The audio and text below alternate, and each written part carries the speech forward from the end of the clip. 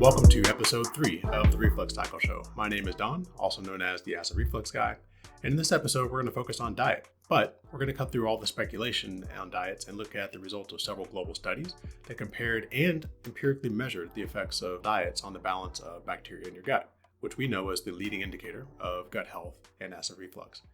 Now you're going to want to listen to the very end of this episode because in addition to answering a few listener questions, I'm going to share you through the results of the study that reveal the best diet for acid reflux. Before we dive in, though, I do need to remind you that the information included in the show is for educational purposes only and is not intended to be a substitute for medical treatment by a healthcare professional. Because of individual needs, listeners should consult their physician and determine the appropriateness of the information for their own situation. Now, everything I'm going to share in this episode is based on a meta-study that's been published in the U.S. National Library of Medicine. All of it is linked in the show notes below if you want to read it for additional details. The article itself is called The Influence of Diet on Gut Microbiome and the Implications for Human Health. What I like about this study is it's actually a meta-study. Meta-studies are very helpful because they can help you move past some of the contradictions that you may find in study A and study B, which show contradictory results based on biases that one particular researcher had or errors in their measurement. If you bring multiple studies together, what this will allow you to do is very clearly identify trends. Now, this particular study looked at 188 studies ranging from 1970 to 2015. And the studies use human subjects, which is helpful for understanding what the impacts of various foods and diets and probiotic supplements would be to digestive health. Now, if you're new to my content, you may find that you're unable to follow a few of the concepts that I'll cover today. If that's the case, don't worry. You can go back to episodes 1 and 2, where I talk about concepts such as the microbiome in a little bit more detail. And then you can come back to this episode and follow along. Now, really briefly, the microbiome science recognizes that gut health and the balance of bacteria in your gut play a key role in regulating many diseases, such as irritable bowel disorder, irritable bowel syndrome, acid reflux, obesity, type 2 diabetes, skin diseases, autoimmune diseases, arthritis, and many, many more. In addition, your microbiome is essential for the synthesis of vitamins, immune function, digestive function, managing inflammation, and much, much more. Now, with that background, let's take a look at some of the key takeaways from this meta-study that I've summarized into the guide. And I've broken this up into a few sections. First, protein and fat. Second, carbohydrates and sugar. Probiotics and supplements. And then lastly, diet. Now, starting with protein and fat. For the best digestive balance, you want to aim for meals that include moderate quantities of fish and poultry and low quantities of red meat and plenty of vegetables. Now, why is that? Lower fat reduces inflammation, which we know can lead to triggering events of reflux, but also persistent inflammation can result in things like thinned gut lining, which can lead to leaky gut, and it can allow for food and pathogens to enter into the bloodstream and cause inflammation in many other parts of the body. These are some of the leading causes of autoimmune diseases and allergies. Also, the lower quantities of meat and lower quantities of fat can reduce the prevalence of bacteroides as well as Clostridium, which are implicated in things like the C. diff infection. Now, chicken and turkey are also very high sources of tryptophan, which can help to regulate sleep, reduce anxiety and stress, and we talk a lot about those factors and how they contribute to reflux in episode 1. Now, I also want to talk about reduction of certain oils that we consume regularly, particularly in the Western diet, such as vegetable oils. And replace those with your non-toxic alternatives, such as olive oil and coconut oils. Now, I'm referring to vegetable oils such as canola oil, soybean oil, corn oil, margarine, safflower. Now, these oils are often purified, refined, and sometimes contain many chemical solvents and microbiome-altering additives. In addition to the many chemicals, the polyunsaturated fats from the soybean, canola oils, and seed oils, as an example, are unstable, leading to inflammatory conditions, which can also damage the microbiome. And there's a lot more that we could talk about, perhaps a full episode on vegetable oils in the future, because it is intensely fascinating and quite disgusting if you start to look at things like the refining process for extracting the oil, which can produce smells that are so rancid that they use bleach to deodorize it before it finds its way into the grocery store and finds its way into your shelves. But needless to say, you want to prefer oils that don't go through that whole process, that go through more natural processes like crushing and pressing to be produced as opposed to refined through chemicals and things along those lines. Now let's move on to carbohydrates and sugar. There are 2 categories of carbs that we want to talk about, both digestible carbs and non-digestible carbs. And then we'll wrap this section up with a little bit of commentary on polyphenols. Digestible carbs include things like starches and sugars, such as glucose, fructose, and sucrose. Now, one of the things that we want to minimize, if not completely eliminate, as we're working to heal our acid reflux or our gut health in general, is sugar, because they promote the growth of pathogenic bacteria. We want to be minimizing the amount of digestible carbs that include starches and sugars of these type. Now, many people, when they hear avoid sugar, automatically think, okay, I'm going to go over to my sugar substitutes, such as saccharin, sucrose, and aspartame. But I'm here to tell you that in addition to promoting pathogenic bacteria, as natural refined sugar does, these also have been found in this study to promote glucose intolerance, which is a key risk factor for type 2 diabetes. And this is a real shame because they're promoted to be healthy and to help combat things like obesity. So they're put in soft drinks and other things that are potentially going to be a little bit healthier alternatives than the natural sugars. But this is just dead wrong, as the study very clearly identifies. And in fact, the artificial sweeteners may actually be causing the thing that they're purported to help avoid. Now let's talk about non-digestible carbs. So in contrast to digestible carbs, which are starches and sugars that are broken down in the small intestine, non-digestible carbs, or more specifically non-digestible fibers, are broken down in the large intestine or colon. So here I'm largely talking about vegetables, fruits, seeds, and nuts that are low glycemic, so less sugary. Now, fiber is actually not digestible by humans. The reason that we appreciate foods that are high in fiber and why they offer so many health promoting benefits is because they're actually digested by your microbiome that help to promote healthy bacteria in your gut. They reduce inflammation, they repair gut lining, they regulate nutrient absorption, hormone production, improve digestive function, and many, many other benefits that we've talked about in some of the prior episodes. Now, as I was working to heal my acid reflux, one of the things that I worked on was making sure that I had daily consumption of fiber, in particular looking for something like 30 to 55 grams of fiber from these foods. And so there are many sources that can help you identify the fiber content in the foods that you like to eat on a regular basis.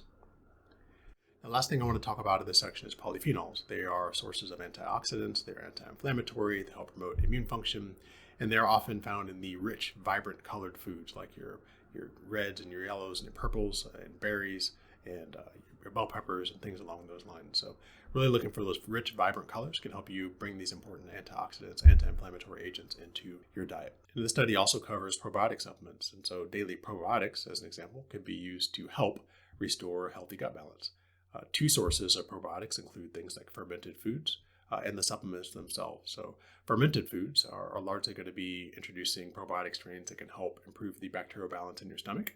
And one of my favorites is a non-sugar added low-fat yogurt. It's something that I consumed on a daily basis as a part of my healing plan for acid reflux. Also, many fermented foods such as naturally fermented pickles, kimchi, and sauerkrauts are great additions to your daily diet to bring in some of these probiotic sources. Now, for a very large list of fermented foods, if you're looking for some alternatives, you can go to theacidrefluxguy.com/fermented. Now, onto probiotic supplements themselves. One of the benefits that you're looking for from a probiotic supplement is to make sure that you've got a healthy balance in your large intestine and your colon, where these fibers can be fermented and produce many of these metabolites and byproducts that can help with these inflammation, regulate gut function, produce hormones, etc. And the way that you're going to do that is to introduce probiotics that are enteric coated, and this allows the probiotic to deliver active cultures past the acidity in your stomach down into your large intestine, where they can bring some of these benefits. There are many other considerations, such as the colony forming unit count, etc., that you want to consider when you're looking at a good probiotic. If you need help with that, you can go to theacidrefluxguy.com/probiotic, where I put together a really helpful guide for choosing. And lastly, I want to cover diet. Now, dietary changes are a bit of a double-edged sword. The study shows that any dietary changes can be rewarded with a shift in the microbiome within 24 hours, but it also shows that the microbiome shift can revert back to the norm within 48 hours of discontinuing that dietary modification. So that means that we can't be sporadic with our dietary changes. We need to be doing things that are on a daily basis, consistent basis, to introduce and to reinforce a long-term shift in the microbiome that can provide that foundation for a healthy gut.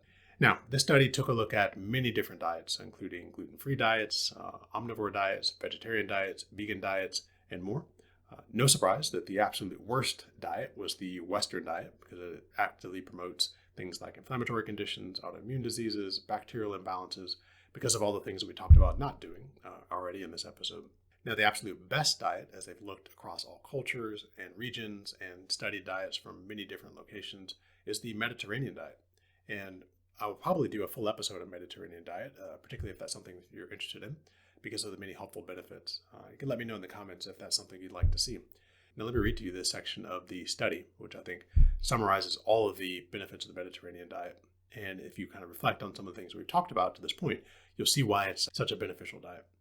The Mediterranean diet is distinguished by a beneficial fatty acid profile that is rich in both monounsaturated and polyunsaturated fatty acids, high levels of polyphenols and other antioxidants, high intake of fiber, and other low glycemic carbohydrates, relatively greater vegetable and animal protein intake, specifically olive oil, assorted fruits, vegetables, cereals, legumes, and nuts, moderate consumption of fish, poultry, and red wine, and lower intake of dairy products, red meat, processed meats, and sweets. So I hope you found this summary helpful and actionable. Now let's go on to some of the Q&A items. So I used your approach and I've been healed of reflux now for 3 months. But can you tell me why, after working out for the first time in months, the lump in my throat and pain have returned? Well, first off, it's possible that additional healing needs to be done. We know that the bacterial composition in your gut has direct implications on enteric nervous system function, which governs and controls the gastrointestinal function. So the opening and closing of valves, release of hormones in order to regulate the digestive function. And that includes things like your lower esophageal sphincter and the opening and closing at correct times. So it's possible that a little bit of additional healing may need to be done. However, I think it's more likely that there are some physical aspects to this. Now, when you're working out, you're doing things like hanging upside down, laying an incline, laying horizontal, all that combined with physical exertion, things like lifting weights, can put pressure on the diaphragm. So certain exercises could potentially allow gastric fluids as you're laying down to escape out. And as they're able to make contact with the soft tissues of your throat, that can cause inflammation and give you that globus sensation, which is the feeling of something stuck in your throat. Now, most likely, that's probably what's going on here. You need to identify that certain physical activities maybe can't be done anymore. It could be due to a hiatal hernia that you've got or some other physical situation going on in your diaphragm area. So it's most likely that the pain is short-lived and you'll return back to normal. Next question. So if my stomach acid is actually low, can you explain why Dexilant, which is a proton and pump inhibitor, has mostly mitigated my symptoms? That is a quandary for me. Yeah, it's a really good question. So the primary irritant in acid reflux is the acidity that finds its way into the wrong parts of the body. So it can get into your ear, nose, and throat and sort of wreak havoc there. The way that these medications work is they work by neutralizing or reducing acidity. So it reduces the potency and the quantity of acids that can actually escape into those areas. So now you need to know what that relief entails. So it provides some short-term relief by mitigating the amount of acids that can get into those areas, but that trade-off is a very significant one because these medications cause significant long-term side effects, many of which that we've talked about in some of the prior episodes. Now, much of what I've covered is based on the study that we reviewed together here, and I've condensed that into some actionable steps that you can take, and I've called that the Food is Medicine Guide. Now, to get it, you can go to theacidrefluxguide.com/003 or go to the show notes below. For daily tips on how to resolve acid reflux, GERD, silent reflux, follow me on Instagram at theacidrefluxguy. Now, this show is available in video format as well on youtube.com/theacidrefluxguy, or you can find it on your favorite podcasting app by going to podcast.theacidrefluxguy.com. If you want to know more about some of the ways that I address my reflux, you can go to theacidrefluxguy.com/get started or check out my book, How I Cured My Silent Reflux. Now, my name is Don Daniels, aka The Acid Reflux Guy, and this was another episode of The Reflux Cycle, signing off.